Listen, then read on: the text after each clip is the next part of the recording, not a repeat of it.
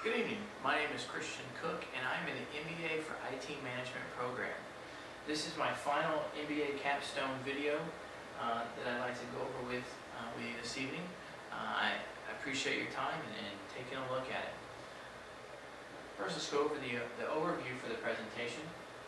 I'd like to go over my proposed career field, which is that of a IT consultant, why I chose to be a consultant, why I truly believe that I can be a successful consultant.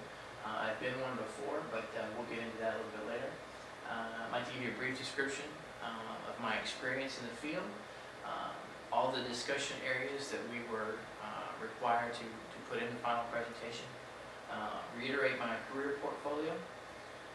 So with that, let's go ahead and get started. All right. My proposed career field is to be a consultant. The purpose of a consultant, according to Webster's, is to provide advice and services. The consulting, believe it or not, was not my first choice. My first choice was actually to be a C-level executive at a Fortune 1000 company. My initial plan was I'm actually going to be starting law school in this fall. And then after graduating law school, become a general counsel for one of those companies. And then work my way through the ranks to the CLO, the Chief Legal Officer, or eventually hire the CEO. But man, what a difference a few months makes. You'll see here in this graphic, this is the stock market of the last year, the 2000 stock market. Companies are laying people off left and right, and I believe that that there are a lot of good reasons at this particular juncture to be a consultant. Good segue into why be a consultant. Except I have been a consultant before. I actually owned and operated a consulting firm in the Dallas area a few years back. There is obviously a lot of job security whenever you work for yourself. If you are a good business person or able to bring in business, you're not really going to fire yourself. So you have a good opportunity to see what's out there, and you don't, like I said, you don't have to worry about being fired. To be a good consultant, to get into the consulting game, there are low barriers to get into the market. It doesn't cost a whole lot of money. All you need is a good network of friends and business associates that can help get you started. It is relatively easy to find customers, especially in my area. I'm fairly well versed in the medical IT, and my family has ties to the medical field, and so it's fairly easy for me to get into that type of consulting. And believe it or not, the field can be highly profitable. If you're billing yourself out at $150 an hour, I mean that's roughly $300,000 a year. So you really have the ability to make quite a bit of money, at least what is considered quite a bit of money in the Dallas-Fort Worth area. Moving on. As I stated earlier, the 2008 economy and now 2009 looks horrible. Well, according to the U.S. Department of Labor, the industry growth rate for computer-related services consultants is supposed to go to 36%. Over the next 9 years. It's supposed to increase 36%. It's really saying something whenever you figure that the economy itself is only supposed to grow 11% over the next 9 years. And consulting in general is right at 16%. And so computer-related consulting, according to the Department of Labor, is one of the fastest growing industries that you could possibly be in, and it is also one of the highest paying industries that you could be in. So both of those are pretty advantageous for somebody like me. Excuse me. Why will I be a successful candidate, consultant? As I said earlier, I've been one before. I owned a company called Dallas Tech Support Incorporated. It was an actual corporation. I had it for a little over 2 years here in the Dallas-Fort Worth area. I had annual sales of approximately $500,000 a year, and for the market in Dallas, that's not doing too poorly. I did have a small staff and a small office, and we did quite a bit of business. Enough so where we were able to garner the attention of a few competitors that I eventually sold to one of the competitors and made a little bit of money off that as well. So I've done it before. I know how it works. I know the ins and outs of it. I have all the faith in the world that I will be successful with. Okay, moving on to the areas that we are required to cover for this presentation. We'll start off with leading teams and people. My resume in this area is actually quite extensive. I've been in the military since about the age of 21. I've been in the Air Force and in the Army, an officer in the Army, a intelligence guy, and a scout platoon leader. I've been a company commander, numerous battalions, staff level positions, and that's just in the military world. On the civilian side, I've been working since 15, and from age 15 to now, I've just about all of my positions have been in the management field or management role. I generally tend to cultivate loyal employees. I have had several employees follow me to company to company to company, and I tend to provide pretty good guidance, direction, purpose. I'm one of those guys that if I'm usually not in some sort of leadership role, that I will eventually just either through my own tenacity get put there, or someone will eventually assign me to a leadership role there.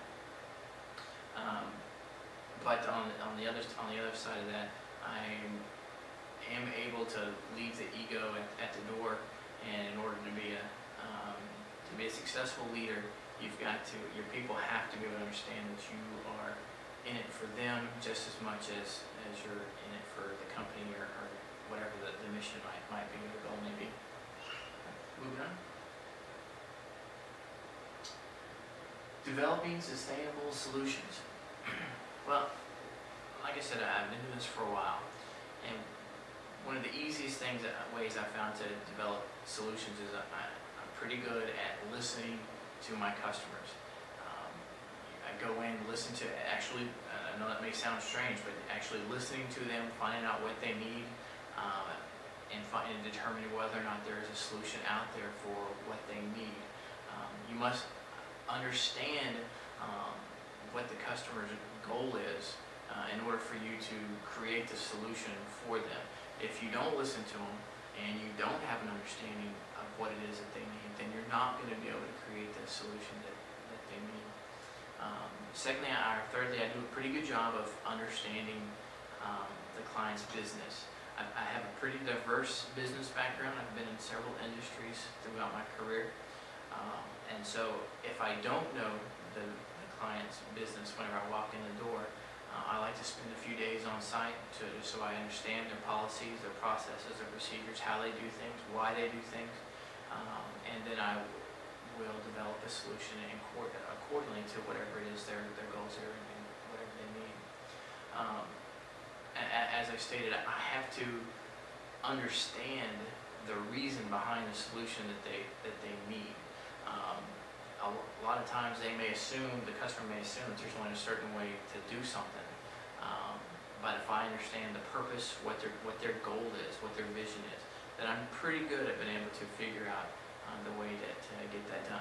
Whether or not the solution exists or not, I'm generally pretty good at being able to engineer something. All right, serving your customers. I don't like to brag on this, but I'm pretty customer centered. I think I'm one of the few IT guys that actually remembers that information technology, first and foremost, is a service industry. Your customer service skills, in my opinion, are actually more important than your technical skills. I can teach somebody technical skills.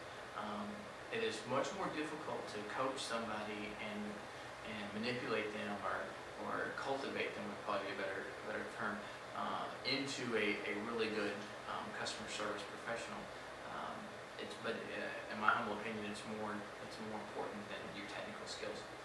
I'm pretty good at listening to my customers' wants and anticipate their needs. It kind of goes back to the developing solutions for them.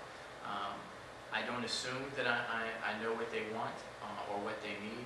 I will listen to them, and a lot of times, because I've taken the time to understand their business, I am able to anticipate a little bit as to what it is they're actually going to need. But those are some of the business customer service things that you have to stay on top of. There are some pretty mundane customer service things that I think people forget about. Your appearance. I think your appearance is extremely important. Whenever I would send guys out to people's businesses, I would make sure that they were in uniform, shaven, looked nice and presentable. Your attitude, absolutely. IT folks sometimes have a bad rap for having a negative attitude or a bad attitude, or I don't put up with that from my folks. So part of serving the customer is having a good attitude. That goes with being friendly, and I make sure that that my guys take responsibility for what it is they're supposed to be doing. Customers a lot of times will get into a point at each other kind of issue where sometimes the phone company will say, oh, it's not our issue, it's your IT department's issue, and your IT guys will say, well, it's not our problem, it's the phone company's deal. I always take the ownership of whatever the problem is, whether it's my issue or not. Part of serving that customer is them feeling comfortable and knowing that somebody's handling it, whether or not it's their issue or not. And let's just go ahead and move forward. Okay. Managing products and services. In a consulting world, there's not probably a whole lot of products that I bring to the table. Obviously, being a consultant is more of a service-related deal. Now, I'm able to engineer new solutions, which are products that they may not have had before. And on occasion, if there's some new innovation out there, on the product side, I'm able to bring those out. I was one of the first guys in Dallas that was installing wireless networks, and so to them, I was managing new products. So. Let's see here.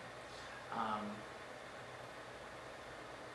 apologize, I lost my place.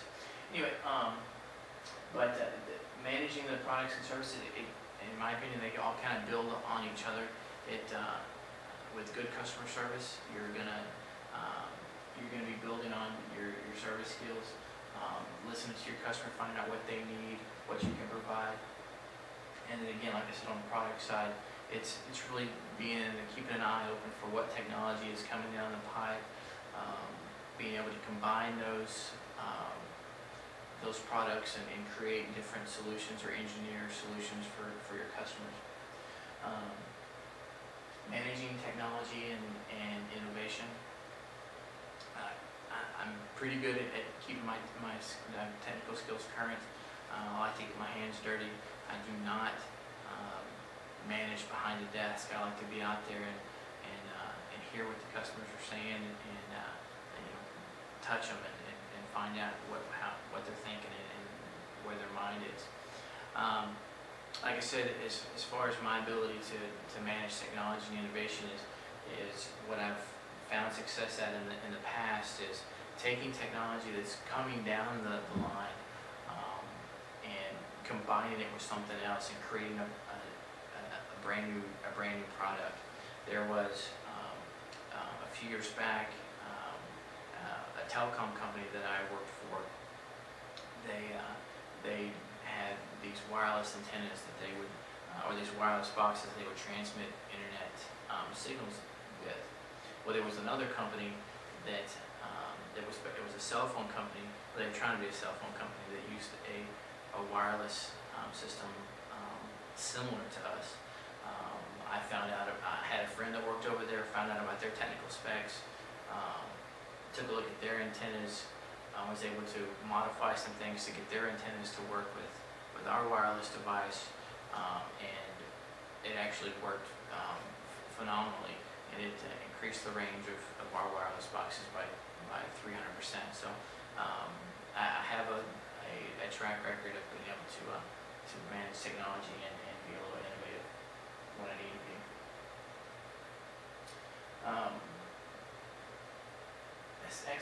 Assessing the competitive environment. As I mentioned earlier, I was a intelligence guy in the United States Army. This has given me some skills to be able to determine what other folks are doing. When I had my consulting firm, it was very common for me to call around to the other firms and ask technical questions just to kind of find out whether they knew anything about it. If there was a new technology coming down, I would call them to see, hey, can you guys come and install this for me? And if they could, then I would cancel the appointment or whatever. But then I would realize that, hey, that's something I need to learn or get on top of. I'm in several networking groups, so I asked the members of the group about different companies that do things similar that I do, if they've heard of any new guys coming up. I'm not opposed to doing some secret shopping. I've hired one or two guys to come out and see what their prices were, see what their guys looked like when they showed up, see if they were friendly, those types of things. So I'm pretty in the middle of it when it comes to figuring out who my competition is and whether or not they're outclassing me or not. So, planning for the future in the global marketplace. Well, IT is always changing, and part of staying on part of being, maintaining your ability to move forward is being able to learn what's coming down, stay on top of it, and be able to sell that product to others. Now, in the global marketplace, in the consulting field, we don't have a whole lot of that, with the exception of outsourcing to other countries. In the IT world, outsourcing to India is huge right now. Mostly in the call center arena, you see that a lot. However, there's been a few firms here in town that offer phone support for a monthly fee. Well, come to find out, even the smaller guys now are outsourcing their tech support calls to India. I've come up with a few ways, I think, to get around that. If that does not work for me, I may join them and do the same thing. But again, the global marketplace for consultants, it's not a huge deal. I'm doing good to be able to keep business in my city right now. So let's go ahead and move into my professional profile. Kind of went over this a little bit earlier. I've been in the IT industry now for about 14 years. Of that 14 years, 8 of it has been in IT management. Of the 4 of the last 8 has been at the director level or higher. As far as the military goes, I will be getting out soon, but my latest position is a company commander for an infantry company. Before that, I was a scout platoon leader. scouts, if you don't know, are scary guys that hide in the woods. So I have been in many different types of industries. I'm in the food and beverage industry, retail. I've done government contracting before, Department of Defense contracting. I've managed international offices in countries, Colombia, Korea, Iraq, and this is all on the civilian side. I've worked in small law firms and I've worked in large law firms. So as I stated earlier, the industries that I've been in are fairly extensive, which makes it easier for me to be able to pick up on somebody's business whenever I have to go out there and try to come up with a solution for them. It's easier for me to figure out how their business works. All right. And in conclusion, I'm going to be a consultant because I think it's best for my family and myself. It has the best outlook as far as it may be one of the last things out there that may be economy proof. Everybody needs my skills at some point or another, or every company needs my skills at some point or another. Even if they've got their own in-house IT staff, they always need somebody a little bit more advanced. And so I just think it's the best decision to make for me and my family. Again, as I stated, it's potentially very profitable. And no matter how the economy does, I should always be able to get work and keep the lights on and pay the bills. And it's also a pretty secure deal. There's not a whole lot of competition out there right now. There have been layoffs of technical firms in the Dallas-Fort Worth area recently. They've either found other jobs, or a few of them are going out on their own, or some of them are staying unemployed until they are able to find something new. So I think it's a fairly secure industry to get in right now. I absolutely will be good at it, just because I generally have, like I stated, good customer service skills. I listen to them. I really honestly try to understand what they need and what they want, and I try to provide that as best as I possibly can. And I try to be as least expensive as I can, and think about them and what their needs are. I'm a pretty technical guy. I try to keep up with my technical skills as often as I possibly can. Although no one's ever technical enough, you can't know everything. But I have made some strides in the last few weeks to sign up for additional classes and join additional networking groups and things like that to try to help sharpen me up a little bit. And without a doubt, I strive to do well at whatever I do. If I'm not good at it, I will continue to improve myself until I feel comfortable of where I am. As a matter of fact, I've restarted this video probably 27 times just because I've messed up so many times. So I believe that is going to be it for me. If I appreciate you watching and taking a look at it, and if anybody has any questions or concerns, please feel free to contact Debbie Austin, as she has my contact information. Have a good day, and once again, I appreciate you watching.